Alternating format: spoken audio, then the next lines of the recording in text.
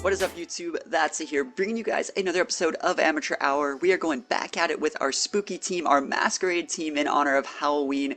I'm going to be bringing you guys a Giratina mirror matchup today. I'm deciding to go with the regular form Giratina. I love to use this guy with leftovers. I still think pressure is a pretty good ability, and he's definitely bulkier than the origin form, which we're going to see our opponent use. Now, origin form has its strengths just like the regular form has its strengths. Origin form is definitely a faster, heavier hitter through the use of the Grisius Orb, and we're going to see these two Giratinas clash as we get right into this one, starting things off against, just like regular Japanese guy on free battle spot. He definitely has a team, he knows what he's doing, and I'm starting off against Scoliopede and Sylveon, and I would have to assume that I could just take Sylveon off the board. Now, I've found through playing this team that I'm kind of weak to AoE, but if you're the player with Mega Gengar, you have to assume that you could just one-shot a Sylveon, right? Like, I don't think I'm wrong in doing this play. So I go for the Will-O-Wisp on the Scoliopede. I'm trying to break sashes, new to the thing, and then if he wants to Baton Pass next turn after he gets his speed boost, I can just quash KO with Hex. So I just go for the Sludge Bomb onto the Sylveon.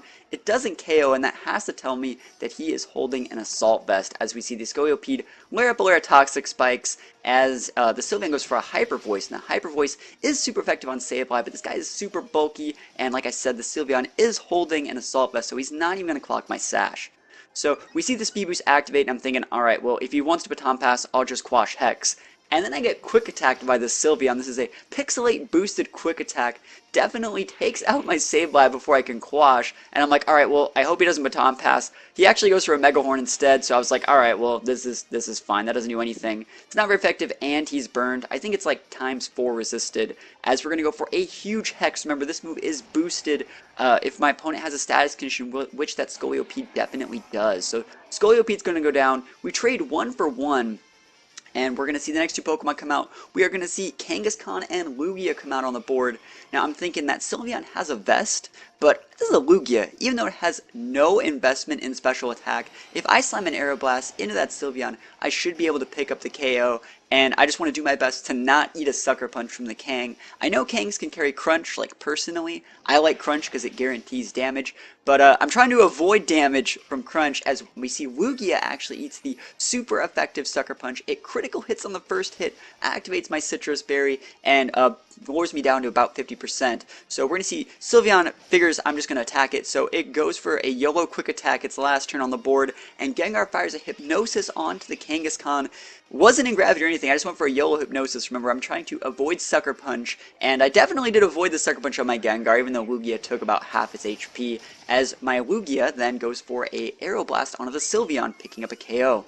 So I've taken two Pokemon out for my opponent. They have one more left, and it is going to be the Giratina. This is going to be Shiny Origin Form Giratina. Remember, this guy gains Levitate, and its stats change a bit once it goes into Origin Form. It loses some of its bulk, and I think it gets a little bit faster, but I know it gets stronger. So this Giratina is made to deal damage, and I'm thinking, well, if he has the Shadow Sneak, he has the Shadow Sneak. There's not really that much I can do about it. So I decided to go for a Toxic, and we see him go for a Shadow Force, and I'm like, alright, well, maybe he doesn't have Shadow Sneak, I guess. I'm free to do whatever I want with my Gengar, but I don't want to eat a Shadow Force if that was his intended target, so I have to switch out. I have to do the same thing I did in a previous game and send my Giratina out to be potential fodder for a super effective attack. And remember, my Giratina gets poisoned because my opponent put up Toxic Spikes turn 1.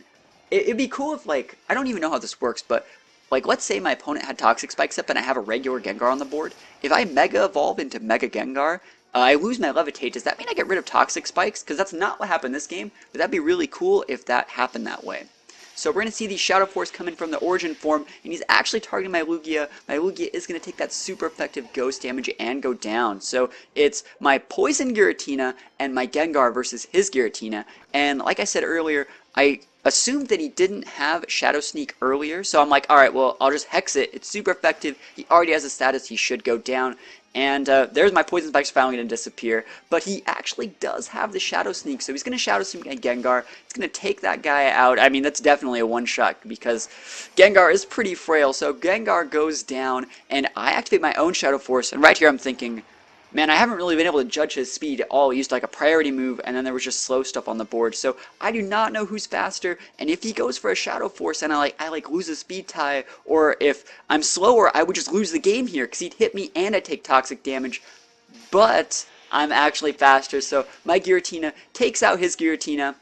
He made the correct play in going for the Shadow Force, but what's kind of funny is I think he's actually just going to tick out in like that other dimension void. So that's kind of funny that this game came down to potentially a speed tie. I don't really know for sure, but my Giratina pulled through, hit him with a Shadow Force, and I dominated the Giratina mirror matchup. So that is this game. I actually just think that this Giratina is just a better Pokemon. I know it doesn't have Levitate, but in these super like stally wall games, I really think the pressure ability is pretty good, and especially in this type of situation, like going up against Pokemon who only have like 5 or even 10 of certain moves, if you can PP out those moves and use like double team or protects or time your Shadow Forces correctly, there's a ton of cool stuff you can do with Giratina. So let me know what you guys think about this game in the comments below, and I will see you guys next time. Peace out.